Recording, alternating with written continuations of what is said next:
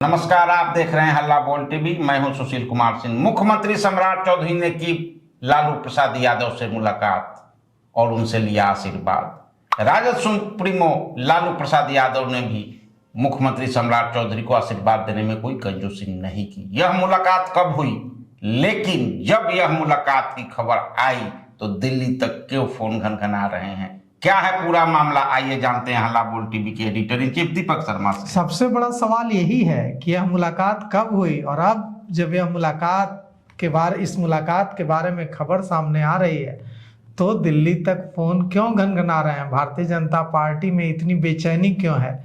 और भारतीय जनता पार्टी में सम्राट चौधरी को नापसंद करने वाले जो नेता हैं वो उनके हाथ एक तुरुप का पत्ता लग गया है क्या? उनके हाथ तोप का गोला लग गया है क्या? तो हम इसके बारे में पूरी बात बताते हैं आपको। सम्राट चौधरी ने मुख्यमंत्री की शपथ लेने से पहले राजद सुप्रीमो लालू प्रसाद यादव से मुलाकात की और उनका आशीर्वाद लिया। हम सब जानते थे, पूरा बिहार जानता था कि सम्राट चौधरी को नीतीश कुमार का आशीर्वाद है और नीतीश कुमार के विट्टू पर ही सम्राट चौधरी मुख्यमंत्री बने हैं। नीतीश कुमार ने विट्टो लगा दिया कि अगर सम्राट चौधरी मुख्यमंत्री नहीं बनेंगे तो हम अपना सामान भेजना शुरू कर रहे हैं, आप लोग देख लीजिए कैसे करना है। उन्होंने यह तो नहीं कहा कि नई सरकार को हम समर्थन नहीं देंगे, लेकिन अपनी नाराजगी के पूरे संकेत दिए और उसी दिन ट्रैक्टर ट्रॉली में अपना सामान भिजवाना शुरू कर दिया गुस्से में।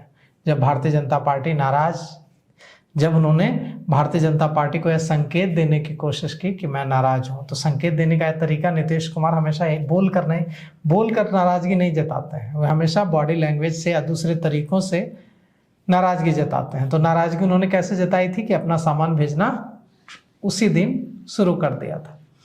तो अब इस मुलाकात के बारे में बताते हैं। शपथ ग्रहण से पहले सम्राट चौधरी ने लालू प्रसाद यादव से मुलाकात की। इस मुलाकात को बेहद सीक्रेट रखा गया। यह मुलाकात होती है बहुत ही गोपनीय तरीके से होती है। लालू प्रसाद यादव सम्राट चौधरी को भर भर कर आशीर्वाद देते हैं। दोनों के बीच बहुत सौहार्दपूर्ण बातचीत होती है और सम्राट चौधरी इस विश्वास के साथ वापस लौट जाते हैं कि यह मीटिंग सीक्रेट ही रहेगी, किसी को इसकी कानो कान खबर नहीं होगी।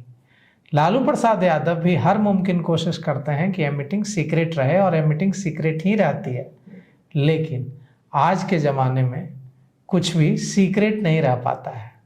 तो यह भी मुलाकात सीक्रेट नहीं रह पाई, गोपनीय नहीं रह पाई। और अब यह बात सामने आ गई है कि सम्राट चौधरी ने शपथ लेने से पहले लालू प्रसाद यादव से मुलाकात की थी। तो जब यह खबर आई है तो यह खबर दिल्ली भी पहुंच गई है। यह खबर भारतीय जनता पार्टी नेतृत्व तक भी पहुंच गई है और भारतीय जनता पार्टी नेतृत्व को यह मुलाकात अच्छी नहीं लगी है। कई नेताओं के मन में यह बात थी कि जो अब तक यह उम्मीद जता रहे थे कि सब कुछ बिहार में ठीक हो जाएगा, जो भारतीय जनता पार्टी के बड़े नेता हैं, कि सम्राट चौधरी का विरोध है पार्टी के अंदर, लेकिन धीरे धीरे सारा विरोध शांत हो जाएगा। सम्राट चौधरी को भी पार्टी ने कहा कि सबको साथ लेकर चलिए, मिला जुला कर चलिए। लेकिन अब यह बात उठ रही है कि अगर सम्राट चौधरी को लालू प्रसाद यादव से मिलना ही था, अगर सम्राट चौधरी को लालू प्रसाद यादव का आशीर्वाद लेना ही था, तो वे यह बात सार्वजनिक रूप से भी कर सकते थे कि हाँ, मैं उनका सम्मान करता हूँ, मैं उनकी पार्टी में रहा हूँ, राष्ट्रीय जनता दल में रहा हूँ, मेरे पिता शकुनी चौधरी भी उनकी पार्टी में रहे हैं, हम लोगों का पारिवारिक नाता है। भले ही मैं राजनीतिक तौर पर उनका विरोध करता हूँ, राजनीतिक तौर पर मैं उनका विरोध करता हूँ, लेकिन व्यक्तिगत तौर पर उनका सम्मान करता हूँ। उस नाते मैं उनका शपथ लेने से पहले आशीर्वाद लेने जाना चाहता हूँ, या इससे उनका कद और बढ़ता, इससे सम्राट चौधरी की छवि और निखरती अगर वे इस मीटिंग को सार्वजनिक रूप से बताकर करते कि हाँ, मैं नीतीश कुमार का भी आशीर्वाद ले रहा हूं, मैं लालू प्रसाद यादव का भी आशीर्वाद ले रहा हूं। इससे भाग्यशाली कोई व्यक्ति कौन होगा जो मुख्यमंत्री पद की शपथ लेने जा रहा हो राजभवन में, लोक भवन में, और उसे बिहार की राजनीति के दो सबसे बड़े चाणक्यों का आशीर्वाद मिल जाए। नीतीश कुमार का आशीर्वाद तो उन्हें था ही, लालू प्रसाद यादव का भी आशीर्वाद उन्हें है। इससे खुशी की बात और सबसे बड़ी बात है कि अगर यह मुलाकात वो बता कर करते तो इससे उनकी छवि और निखरती जनता के बीच, और तमाम यह मैसेज जाता कि देखिए उनका विराट व्यक्तित्व, कि भले ही तमाम राजनीतिक विरोधों के बावजूद उन्होंने व्यक्तिगत रिश्तों की परवाह की और शपथ लेने से पहले लालू प्रसाद यादव का आशीर्वाद लिया।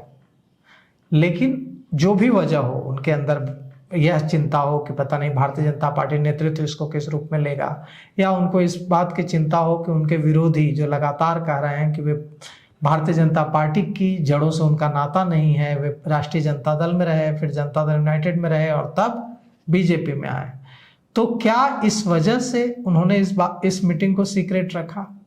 और इस मीटिंग को जब सीक्रेट रखा गया तो यह मीटिंग आई कैसे, इस मीटिंग के बारे में जानकारी कैसे आई? तो मुझे इस मीटिंग के बारे में जानकारी एक IAS अधिकारी ने दी। उन्होंने मुझे बताया कि यह मीटिंग हुई है और लालू प्रसाद यादव ने कोई कंजूसी नहीं दिखाई है, खूब आशीर्वाद दिया है सम्राट चौधरी को। और उन्होंने मुझे कहा कि यह सम्राट चौधरी के बड़े कद को दिखाता है कि उन्होंने अहंकार नहीं किया कि हाँ मैं क्यों मिलूंगा लालू प्रसाद यादव से। उन्होंने विनम्रता का परिचय दिया और गए, जाकर मुलाकात की, नीतीश कुमार से आशीर्वाद लिया, साथ ही साथ लालू प्रसाद यादव से भी आशीर्वाद लिया।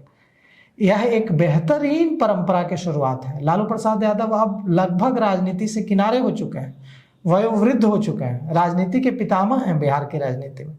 उनसे आशीर्वाद लेकर सम्राट चौधरी ने बड़ा हृदय दिखाया। लेकिन यह बात तो सम्राट चौधरी के समर्थक कहेंगे, सम्राट चौधरी के विरोधियों के हाथ तो तोप का गोला लग गया है कि अच्छा, शपथ लेने से पहले गुपचुप तरीके से सीक्रेट मीटिंग की, आशीर्वाद लिया, क्या उनकी लॉयल्टी है भारतीय जनता पार्टी के साथ? अगर लॉयल्टी है, अगर वे लॉयल हैं भारतीय जनता पार्टी के प्रति, तो उन्होंने छिपकर मुलाकात क्यों की? और इसे मुद्दा बनाने की कोशिश सम्राट चौधरी के विरोधी कर रहे हैं। सम्राट चौधरी के विरोधियों की पूरी कोशिश है कि सम्राट चौधरी इस मुद्दे पर, यह मुलाकात सम्राट चौधरी को भारी पड़ जाए। और इसीलिए अब इस बात को भारतीय जनता पार्टी आला कमान तक, नेतृत्व तक दिल्ली में पहुंचाया जा रहा है। जो आपने कहा कि क्यों फोन इतने घनघना रहे हैं, तो फोन घनघना रहे हैं, मोबाइल घनघना रहे हैं, और यह खबर दिल्ली तक पहुंचाई जा रही है कि देखिए उन्होंने चुपचाप गुपचुप तरीके से सीक्रेट मीटिंग की है। ऐसे समय में आज जब नीतीश कुमार का सारा सामान, एक अणे मार्ग जहां वे 20 सालों से रह रहे थे, वहां से सारा सामान उनका जा रहा है 7 सर्कुलर रोड, तो 7 सर्कुलर रोड, 7 सर्कुलर रोड जा रहा है बंगले में।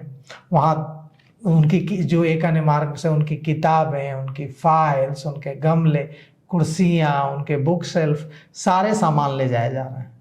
वहाँ एक बोधि वृक्ष है, उस बोधि वृक्ष से नीतीश कुमार का बड़ा लगाव रहा है। कई बार एक अन्य मार्ग में रहते हुए भी नीतीश कुमार वहाँ चले जाते थे और जाकर उस बोधि वृक्ष को प्रणाम करते थे। लेकिन अब तो वे उसी बोधि वृक्ष के आसपास रहेंगे, वहीं 7 सर्कुलर रोड के बंगले में रहेंगे और उनका सारा सामान जा रहा है। लेकिन याद कीजिए, यह सामान आज जा रहा है तो इससे पहले मुख्यमंत्री के शपथ ग्रहण से पहले जो ट्रैक्टर में भरकर सामान गया था वो क्या था? क्यों उस दिन ट्रैक्टरों में भरकर सामान ले जाया गया था? जब सामान आज जा रहा है तो उस दिन कौन सा सामान गया था? दरअसल बात यह है कि भारतीय जनता पार्टी नेतृत्व सम्राट चौधरी को मुख्यमंत्री बनाने के लिए तैयार नहीं हो रहा था, क्योंकि सम्राट चौधरी भारतीय जनता पार्टी की जड़ों से नहीं हैं। वे आरजेडी से होते हुए, जदयू से होते हुए बीजेपी में आए।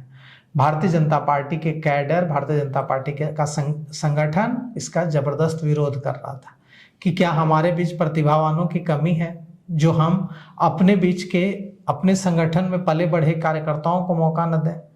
तो भारतीय जनता पार्टी नेतृत्व ने नीतीश कुमार को साफ साफ संदेश दे दिया कि आप किसी सम्राट चौधरी के अलावा किसी दूसरे नाम पर विचार कर लीजिए। लेकिन नीतीश कुमार नाराज हो गए। नीतीश कुमार ने कहा कि समझ नहीं आ रहा है मैं मुख्यमंत्री का पद